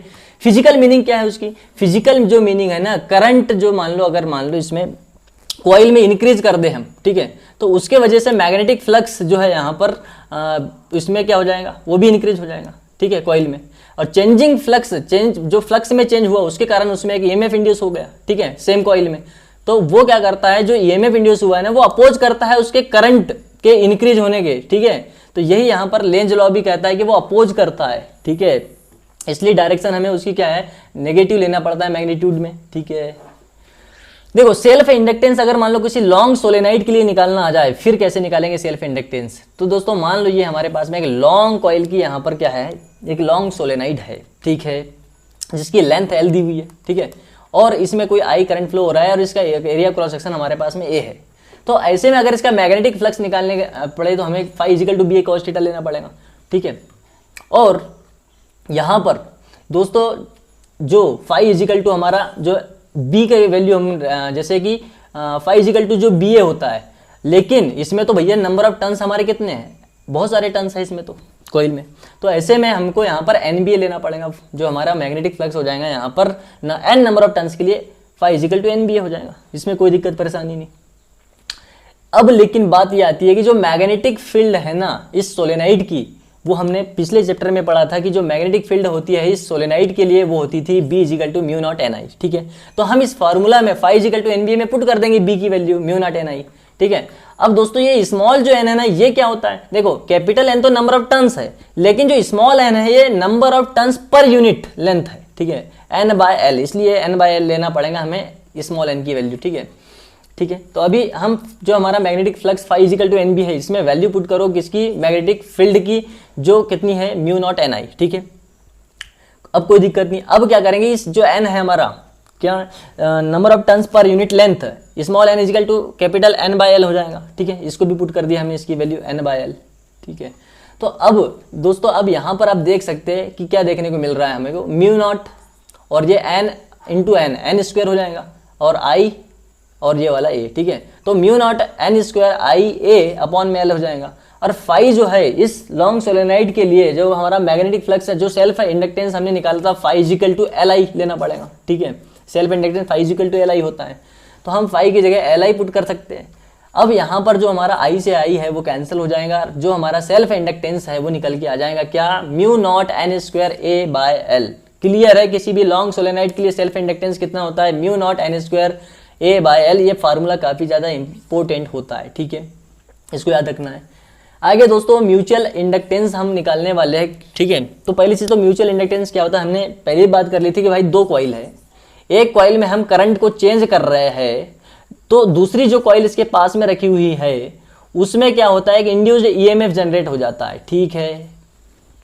तो यही जो प्रोसेस है ये क्या कहलाता है, ये फिनोमेना म्यूचुअल इंडक्टेंस कहलाता है, जिसको हम यहाँ पर क्या करेंगे, फैराडेस लॉ से यहाँ पर जो है इसका जो फार्मूला जैसे अभी हमने देखा क्या होता है, एम क्या है हमारे पास में म्यूचुअल इंडक्टेंस है, और ये क्या कर रहा है, जो इसमें करंट di1/dt क्यों ले रहा है, क्योंकि हम यहाँ पे करंट में चेंज कर रहे हैं ना, उसके कारण तो ईएमएफ जनरेट हुआ है दूसरी वाली कॉइल में। E2 क्यों लिया, क्योंकि दूसरी कॉइल में, पहली कॉइल में करंट का चेंज किया हमने di1/dt, ठीक है। तो करंट के चेंज होने से इसमें जो ईएमएफ जनरेट हुआ दूसरी कॉइल में वो कितना हो जाएगा, -m di1/dt, ठीक है।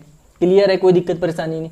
अब यहाँ पर हम क्या करेंगे, जो इसका मैग्नेटिक फ्लक्स है वो डायरेक्टली प्रोपोर्शनल होगा किसमें, जो उसमें करंट, पहली कॉइल में जो करंट फ्लो हो रहा था ना उसके, ठीक है। तो यहाँ पर φ = कितना मिलेगा हमको, φ = mi, ठीक है। तो m क्या है हमारा, ये है म्यूचुअल इंडक्टेंस, ठीक है। तो m = φ/I मिल जाएगा, ठीक है। φ = mi और m = φ/I मिलेगा, ठीक है। m क्या है, म्यूचुअल इंडक्टेंस है। अब दोस्तों हम यहाँ पे कैलकुलेट करेंगे, ये एक लॉन्ग सोलेनाइड है, ठीक है, इसमें दो कॉइल लगी हुई है, 2 लॉन्ग कॉइल लगी हुई है सोलेनाइड में, जिसकी लेंथ L है, ठीक है। तो इसके लिए हम यहाँ पर म्यूचुअल इंडक्टेंस कैलकुलेट करेंगे। कैसे करेंगे भाई, जो हमारा मैग्नेटिक फ्लक्स होता है φ = BA cos θ, अगर मान लो इसमें जो हमारी सेकेंड कॉइल है उसमें N2 टर्न्स है, ठीक है। तो देखो पहली कॉइल में तो हम यहाँ पर इसमें क्या कर रहे हैं, पहली कॉइल में करंट का फ्लो करवा रहे हैं, ठीक है। जो N1 टर्न्स वाली है उसमें हमने I करंट फ्लो करवाया, उसमें हमने क्या किया, उसके करंट को चेंज किया। करंट को चेंज करने से जो दूसरी वाली कॉइल है जिसमें N2 टर्न्स है हमारे ये वाले, उसमें क्या हुआ, एक उसके मैग्नेटिक फ्लक्स में चेंज हुआ, ठीक है। तो phi = N2BA लेना पड़ेगा, ठीक है। और B जो है इसकी मैग्नेटिक लॉन्ग सोलेनाइड के लिए जो मैग्नेटिक फील्ड कितनी होती है, μ0 Ni होती है, हमने पीछे चैप्टर में पढ़ा है, ठीक है। तो B की वैल्यू हमने पुट करी, B = कितना हो जाएंगे, μ0 N1I, ठीक है। तो दोस्तों अब यहाँ पर जो हमको N1 लेना पड़ेगा वो number of turns per unit length में लेना पड़ेगा, ठीक है। तो हमको यहाँ पर जो phi मिलेगा वो कितना मिलेगा, N2, और हमने यहाँ पर इस N1 की जगह पुट कर दिया N1/L, ठीक है। अब हम क्या करने वाले हैं, यहाँ पर जो हमारा phi है, ठीक है, phi है उसको Mi पुट कर सकते हैं क्योंकि हमको म्यूचुअल इंडक्टेंस निकालना है, ठीक है। M क्या है, म्यूचुअल इंडक्टेंस है। तो हम यहाँ पर इस phi की जगह Mi पुट कर दिया, और इधर हमारे पास में क्या था, μ0 N1 N2 इंटू में I इंटू A/L। अब दोस्तों ये I से हमारा जो है ना एक I कट जाएगा, ठीक है। I होगा कैंसिल, हमारे पास में क्या बचेगा, mutual inductance M = μ0 N1 N2 A/L, ठीक है। अब दोस्तों अगर मान लो N1 और N2 बराबर है, नंबर ऑफ टर्न्स दोनों जो कॉइल लगी हुई है इस लॉन्ग सोलेनाइड में अगर वो बराबर हो जाती, तो ऐसे में तो ये भैया हमारे पास में मान लो ये N के इक्वल हो जाती है, N1 N2 बराबर हो जाता है N के, तो ऐसे में तो ये फिर से हमको क्या बन जाती, μ0 N² A/L बन जाती है। तो सेल्फ इंडक्टेंस का फार्मूला था, ठीक है। तो यहाँ पर जो ये दोनों कॉइल है ना उसमें नंबर ऑफ टर्न्स, ठीक है, सेम नहीं होते हैं, ठीक है। किसी में N1 है तो दूसरी में N2 है। तो इस प्रकार से म्यूचुअल इंडक्टेंस का फार्मूला हमें क्या मिला, μ0 N1 N2 A/L, ठीक है। तो आपको फार्मूले पे फोकस ज्यादा रखना है, फार्मूले याद रखने हैं सेल्फ इंडक्टेंस के, म्यूचुअल इंडक्टेंस के, ठीक है। तो देखो एनर्जी स्टोर्ड इन इंडक्टर में क्या होती है, तो दोस्तों यहाँ पर जो एनर्जी होती है इसमें स्टोर्ड वो कितनी होती है, उसका फार्मूला आपको डायरेक्ट याद रखना है कि U = 1/2LI² होती है, ठीक है। U क्या है, हमारा एनर्जी स्टोर्ड है वो जूल में इसकी यूनिट होती है। L क्या है, तो ये इंडक्टेंस होता है हेनरी में, और I क्या है, करंट जो इसमें जो है इस कॉइल में जो फ्लो होता है वो करंट है, ठीक है। एम्पियर में इसकी यूनिट होती है। तो U = 1/2LI², ये आपको एनर्जी स्टोर्ड इन इंडक्टर का फार्मूला याद रखना है, ठीक है। कोई दिक्कत परेशानी नहीं, ठीक है। तो दोस्तों आगे हम यहाँ पर देखने वाले हैं लास्ट जो हमारा टॉपिक है एसी जनरेटर को, ठीक है। एसी जनरेटर क्या होता है दोस्तों, ये एक ऐसा डिवाइस होता है जो कन्वर्ट्स करता है किसको, मैकेनिकल एनर्जी को इलेक्ट्रिकल एनर्जी में इन the form of alternating current, ठीक है। यूजिंग द ये प्रिंसिपल इसमें कौन सा लगता है, इलेक्ट्रोमैग्नेटिक इंडक्शन का प्रिंसिपल इसमें काम करता है। दोस्तों होता है ये देखो, ये दो यहाँ पर हमारे पास में नॉर्थ और साउथ पोल की यहाँ पे क्या है, मैग्नेट रखी हुई है। इसके बीच में हमारे पास में ये कोई कंडक्टर कॉइल है, ठीक है। अब ये जो है ना क्या होता है, ये इसके दोनों मैग्नेट के बीच में ये घूमती है, ठीक है। तो अब इसमें एंगल देखा जाता है कि थीटा कब 0 है, ठीक है, कब 90 है, ठीक है। उस हिसाब से इसमें फ्लक्स जो है वो मैग्नेटिक फील्ड है जो इसमें से फ्लो होती रहती है, ठीक है। तो वो पूरी इसकी वर्किंग प्रणाली आपको समझना पड़ेगा उसके लिए, ठीक है। तो देखो पहली चीज तो ये वर्क जो है इसका बेस्ड होता है फैराडेस लॉ पर, ठीक है। मतलब कि इसका बार बार जो है ना जैसे ये घूमती है, उस वजह से क्या होता है, जैसे मान लो ये जैसे जो हमारे पास में ये क्या मैग्नेट रखी हुई है, तो अभी देखो इस प्रकार से अगर इस पोजीशन में है तो ऐसे में इनके बीच में थीटा = क्या है, 0 डिग्री है। और जब ये घूम के इस प्रकार से वर्टिकल हो जाएंगी तब इनके बीच में जो एंगल बनेगा वो थीटा = 90 डिग्री बनेगा। तो ऐसे में जब ये थीटा = 0 डिग्री है तो इसमें कोई भी फ्लक्स, ठीक है, कोई भी इसका यहाँ पर इसमें से कोई भी मैग्नेटिक जो फील्ड लाइंस होती है वो फ्लो नहीं होता है। और जब ये थीटा = 90 डिग्री पर जब वर्टिकल घूम के आ जाएंगी तब इसमें से मैक्सिमम फ्लक्स उसका चेंज होता है, ठीक है, क्योंकि वहां पर सबसे ज्यादा मैग्नेटिक फील्ड लाइंस वहां से पास होंगी उसमें से, ठीक है। तो ये सब चीजें वर्किंग प्रणाली में इसकी देखना पड़ेगा आपको, ठीक है। तो वर्किंग प्रिंसिपल तो यही है इसमें कि जब ये कॉइल रोटेट करती है तो इसका जो मैग्नेटिक फील्ड होता है ना, मैग्नेटिक फ्लक्स जो है वो चेंज होते रहता है कंटिन्यूअसली। जितने ज्यादा ये घूमती है स्पीड से उतने ज्यादा उतनी स्पीड से उसका क्या है, मैग्नेटिक फ्लक्स में चेंज होता है, जिसके कारण इसमें अल्टरनेटिंग ईएमएफ यहाँ पर इस कॉइल में जनरेट हो जाता है, प्रोड्यूस हो जाता है, ठीक है। तो ये पूरा यहाँ पर एसी जनरेटर का काम होता है, ठीक है। तो आपको मेन चीजें इसमें क्या याद रखना है कि ये देखो एसी जनरेटर किस प्रिंसिपल पर कार्य करता है, इलेक्ट्रोमैग्नेटिक इंडक्शन पे, ठीक है। एक चीज है आउटपुट में क्या देता है, अल्टरनेटिंग करंट देता है, ठीक है। मैकेनिकल एनर्जी को इलेक्ट्रिकल एनर्जी में ये बदलता है, ठीक है। तो ये चीज़ें आपको याद रखनी है इसमें, ठीक है, कोई दिक्कत नहीं, क्लियर। आगे इसमें कंस्ट्रक्शन में जैसे ये आर्मेचर से बनी होती है ये कॉइल, ठीक है, और मैग्नेट इसमें लगी होती है आजू बाजू इसके, ठीक है, और स्लिप रिंग्स इसमें लगे होते हैं, ठीक है, ये वाली जो है हमारे पास में इसमें स्लिप रिंग्स लगी होती है इसमें, किसमें, जिस जो कॉइल में, और ब्रशेस लगे होते हैं इसमें, ठीक है। तो ये सब चीज़ें आपको याद रखनी है कि इसमें कौन कौन से इसके कंस्ट्रक्शन में यूजेस होते हैं, ठीक है। अब देखो, अब हमको यहाँ पर मेन चीज़ें इसमें जो देखना है इसके कि एप्लीकेशंस कौन से हैं। तो इसमें देखो, इसके पावर प्लांट्स में जो होता है हाइड्रो थर्मल न्यूक्लियर जो लगाए जाते हैं इलेक्ट्रिसिटी बनाने के लिए, तो जो टरबाइन घूमती है, ठीक है, वो सब चीज़ें में इनका यूज होता है, और विंड टरबाइंस में और बाइसिकल डायनामोस में, ठीक है, तो पोर्टेबल जनरेटर्स में, इस प्रकार से इसके यूजेस देखने को मिलते हैं एसी जनरेटर के, ठीक है, इलेक्ट्रिसिटी बनाने के लिए इनके यूजेस होते हैं, ठीक है। इंड्यूस्ड ईएमएफ जो इसका होता है, बस आपको इसका फार्मूला याद रखना है, डेरिवेशन भी देख सकते हैं कैसे, जैसे induced EMF E is equal to, जो हमने फैराडे पढ़ा था, क्या पढ़ा था, negative N d phi by d t, ठीक है, फ्लक्स में चेंज होता है, नंबर ऑफ टर्न्स है ये एन, ठीक है, कोई दिक्कत नहीं। फाई हमारा क्या है, मैग्नेटिक फ्लक्स बी ए कॉस थीटा, इसमें भी कोई दिक्कत नहीं। अब यहाँ पर क्योंकि भाई हमारा थीटा कभी 0 डिग्री आ रहा है, वो क्योंकि रोटेट कर रहा है बार बार, कभी 90 डिग्री हो रहा है, 45 डिग्री, इस प्रकार से चेंज होते रह रहा है, उस वजह से हमें यहाँ पे क्या करेंगे, इसका थीटा का यहाँ पर कॉस थीटा का क्या करना पड़ेगा, डिफ्रेंशिएट करना पड़ेगा। तो थीटा को देखो dt के रिस्पेक्ट में कर रहे हैं, टाइम के रिस्पेक्ट में, तो हमें theta is equal to WT put करना पड़ेगा, ठीक है। बाकी सब चीज़ें कांस्टेंट है, इनको बाहर करो, ठीक है, माइनस एन बी हमने बाहर किया, और इस कॉस ओमेगा टी का क्या करेंगे, थीटा इजिकल टू जो ओमेगा टी है, ठीक है, कॉज ओमेगा टी का हम क्या करेंगे, डिफरेंशिएट करेंगे डी बाई डी टी से। तो देखो कॉज ओमेगा टी का डिफरेंशिएट कितना, माइनस का साइन ओमेगा टी होता है, फिर हम ओमेगा टी का भी करना पड़ेगा, तो ओमेगा टी का डी बाई डी टी करेंगे तो कितना आ जाएगा, ओमेगा आ जाएगा, ठीक है। तो इस प्रकार से ये कितना देखने को मिलता है, ये माइनस का माइनस प्लस में बदल जाएगा, ठीक है। तो जो हमें यहाँ पर इंड्यूस्ड ईएमएफ देखने को मिला, वो कितना देखने को मिला, एन बी ए ओमेगा साइन ओमेगा टी, ठीक है। फिर इस ओमेगा टी को फिर से हम थीटा पुट कर सकते हैं, ठीक है। तो इस प्रकार से जो हमें इंड्यूस्ड ईएमएफ का फार्मूला मिला, क्या देखने को मिला, एन बी ए ओमेगा साइन थीटा, ठीक है।